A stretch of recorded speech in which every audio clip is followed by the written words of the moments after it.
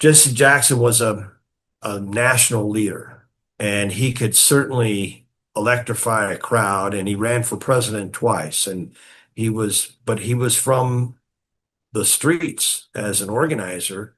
And when he would come to see us, he wasn't interested in necessarily talking to the press or other politicians. He would do that, but he would go directly to the workers.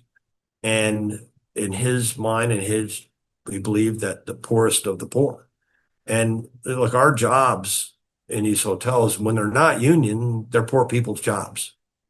And that was something Dr. King recognized, and that's something Reverend Jackson understood clearly. It was in his DNA that that he wanted to be with the people, the ones that are the most marginalized, the ones that are in the biggest fights, up against the biggest odds. And he knew that his role was to, because we had to fight, we have to fight our own fights.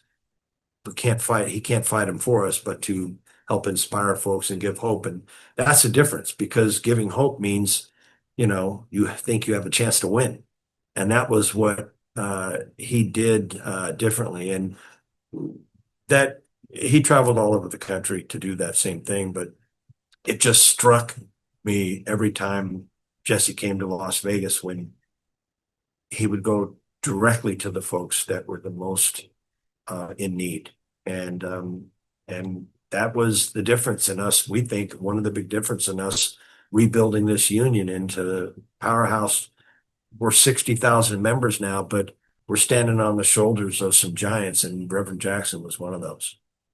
I was I was another worker. I was on the negotiating committee. I wasn't a leader of the union or any famous politician. Didn't matter to Reverend Jackson. He was there for all of us, and he would spend time with us, and specifically asking you, how are you doing? How's your family? How are you going to make it? How are you making it through this strike? And all of us had to find other jobs, and we all need help. We needed help with our rents and our food and supporting our families. Um, and he made sure to talk to each and every one of us. And and it was something that was invaluable. Well, for us here in Las Vegas, Reverend Jackson was a hero for us. A lot of folks don't remember our history, but the 1984 citywide strike was a disaster for our union. We lost 6 hotels that decertified. We saved the union.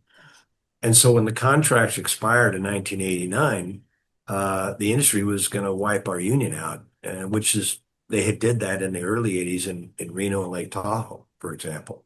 And that was the plan. And so we had to rebuild, and that meant we were going to have strikes, and we knew we were going to have strikes. I was a bartender. I had a new baby and a toddler, 2 boys. We needed health care. And I was working at Binion's Horseshoe downtown. And the end of the day, we were able to knock down all of our contracts. And the last contracts were Binion's Horseshoe and the Frontier. And we voted to go on strike. And we didn't know what would happen, but we knew we needed the union. I needed health care for my family. And I was on the negotiating committee as a shop steward, as a rank and file leader. And the judges, the police, the groups were aligned with the industry. And when that happened, we took on what was the most powerful family in Las Vegas. Folks scattered, and we really had no one. And there were 2 individuals. One was Rich Trumka, who was then the president of the United Mine Workers, our union had supported their strike at Pittston coal mines the year before in Virginia, West Virginia. And it was Reverend Jesse Jackson. And the police told us at that time that we couldn't march. We were on strike. And Jesse came. He came when we went on strike, but he came specifically for this march. And he got in front of all of us, and he told the police force that if you're going to arrest anybody, you're going to arrest me.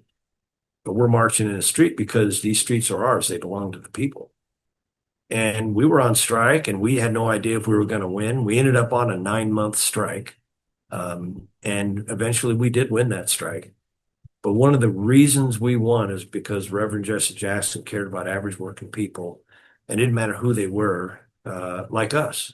And when we, at that time, no one was there for us. So we got in that street, and we got our signs, and we got behind the Reverend, and we marched from the old Las Vegas High School at the time over to Fremont Street and down Fremont Street. It's like parting the Red Sea. And it was a spiritual event, and it was something that we think for us as strikers, that was the moment where we knew we were going to win. We didn't know how we were going to win and beat this incredibly wealthy, powerful family. Because back then, the judges and the police, everybody went into the horseshoe and ate there, and it was just a different world back then. But we knew that we were going to win. And I'll never forget that, and we're never going to forget Reverend Jackson. And it was just an amazing time for just workers like us who we just knew we were in a fight and we needed somebody to step up for us. And he did, and he did it many times. And then we had the frontier strike, 6 years, 4 months, 10-day strike, one of the longest strikes in history. And Reverend Jackson came many times again where no one else would step up for us. There were very few local leaders. There were a few, but there were very few. But he was there for us. And when we called him, he was always there. And a lot of folks don't know that about the Reverend. It's really the spirit of Dr. King when Jesse Jackson comes to town, when Reverend Jackson comes. And because the idea is that civil rights are labor rights and worker rights are civil rights, and they're intertwined. And for us, some of us old timers, we remember those times as that we really didn't know what was going to happen. We just knew that we had to take care of our families and we had to protect our community, and the union was the way to do that. So he also came when the Venetian fight, when Sheldon Adelson said he owns the sidewalks, Constitution doesn't mean anything. You're not walking on these sidewalks. We don't care what the Constitution says. And our attorneys took that to the Supreme Court, and we won that in front of the Supreme Court. We litigated that, and we won that. But part of the reason we were able to stay in that fight was Reverend Jackson. He was there for us to lead us in marches, and we did civil disobedience. There were arrests and all sorts of things. And then even more recently, when the workers at the Trump Hotel and Casino decided to organize, and the Trump family brought in union busters and fought it in 2015 and 2016. And Reverend Jackson came to Vegas again, and he helped, and he met with those workers from the Trump, and they were, women of color, Latina, Spanish speakers, English not their first language, but they had families and they needed a spiritual fighter that would come and help lead them, and he was there for us.